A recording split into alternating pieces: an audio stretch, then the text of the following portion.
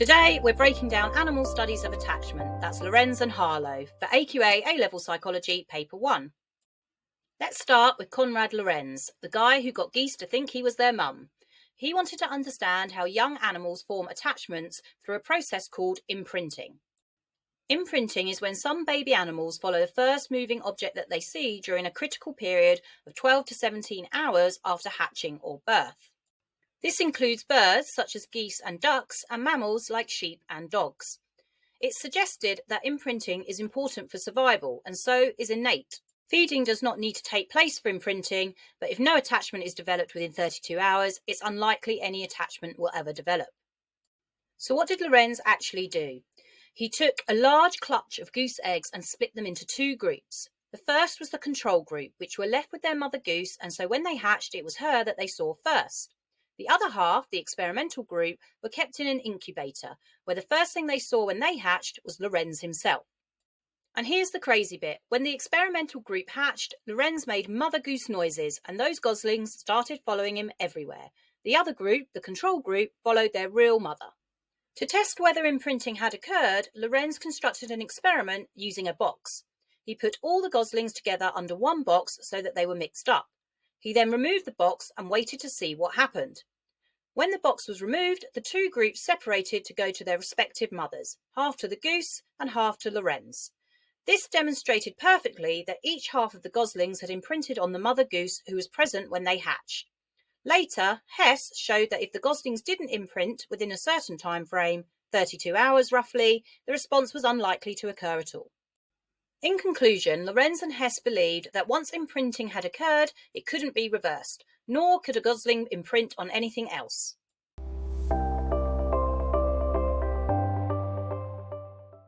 Our first evaluation point for Lorenz is a limitation. Remember, these were geese. Human infants don't imprint in the same hardwired way, and our attachment behaviours are more complex and gradual. So while Lorenz shows how early exposure can guide following behaviour in birds, we should be cautious applying this directly to humans. Birds imprint, humans attach. Similar idea of early timing, but different mechanism. Second, we have another limitation. Lorenz talked about a critical period of 12 to 17 hours, and Hess suggested that the response fades after around 32 hours. But Slockin found a duckling kept in isolation for 5 days could still imprint later on, suggesting a sensitive period is the best time to imprint, not an all-or-nothing cut-off critical period. Finally, a strength. Lorenz's findings are supported by Bowlby, who believed humans also have a window of opportunity to attach, and that attachment is an innate mechanism for survival. This is also known as the monotropic theory of attachment.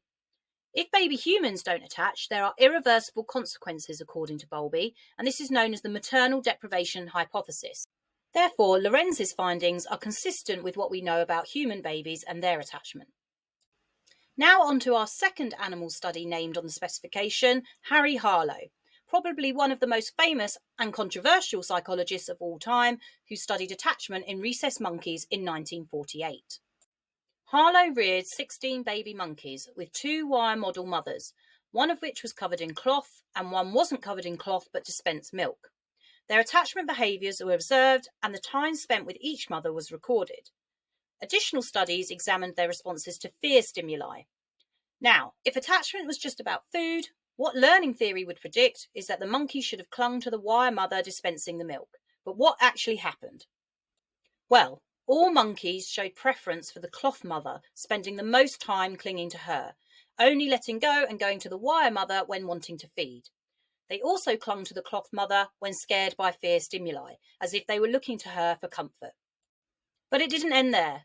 When those poor monkeys grew up, they showed long-term damage.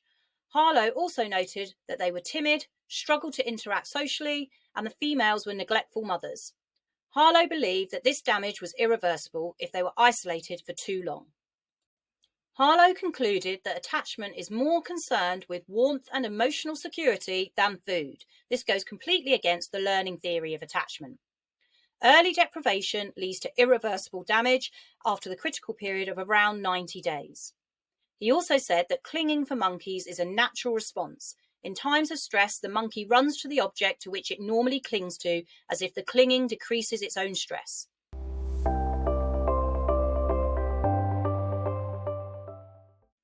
Both Lorenz and Harlow studies are hugely influential, but they've got the same limitations around generalizability. Harlow is arguably better than Lorenz, as monkeys and humans are both mammals, and monkeys share about 94% of our DNA.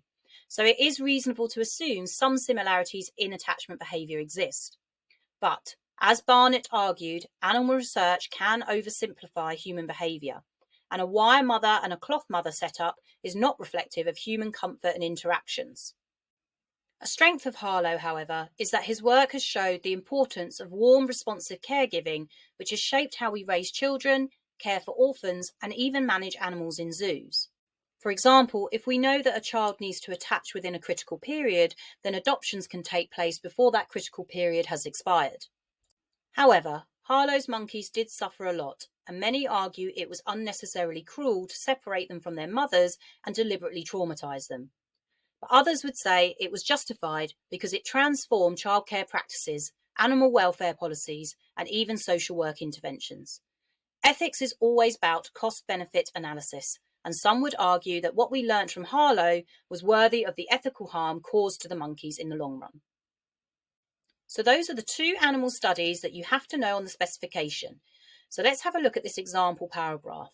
In the exam, you should be aiming for really effective evaluation paragraphs to access the top marks, but most students won't know what this looks like.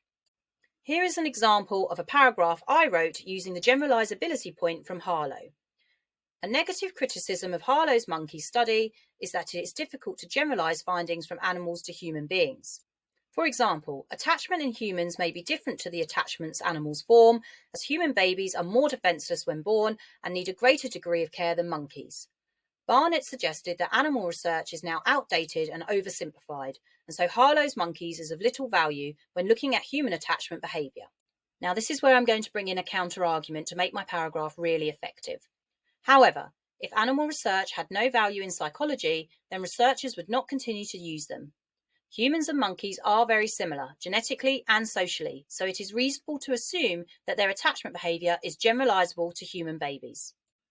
Therefore, or this matters because, it demonstrates that Harlow's monkey study is useful in understanding infant-parent attachment behaviours in human beings. So here you can see I've clearly made my point, given clear evidence for my point, attempted a counter-argument, and linked it back to the question. If you're wondering what I and D stands for, this stands for issues and debates, and so in some instances you could bring in knowledge of these to develop your points even further. Here are some other example exam questions that have come up for animal studies of attachment, so why not pause the video and have a go at planning them now. And one last exam question that came up previously was this. It's worded slightly differently to some 16-mark essays. It says, outline Lorenz and Harlow's animal studies of attachment. Discuss what these studies might tell us about human attachment. So the discussion part might look a bit different to you, but all you need to do is make sure you link back your evaluation to humans rather than just general points about the animal studies. So for example, you could talk about the lack of generalizability, what the implications of early neglect are, and how this has informed our understanding of child development, and then how this has been practically applied to social work. I hope you found this video on animal studies helpful, and don't forget you can access all our revision resources at eduhuddle.com.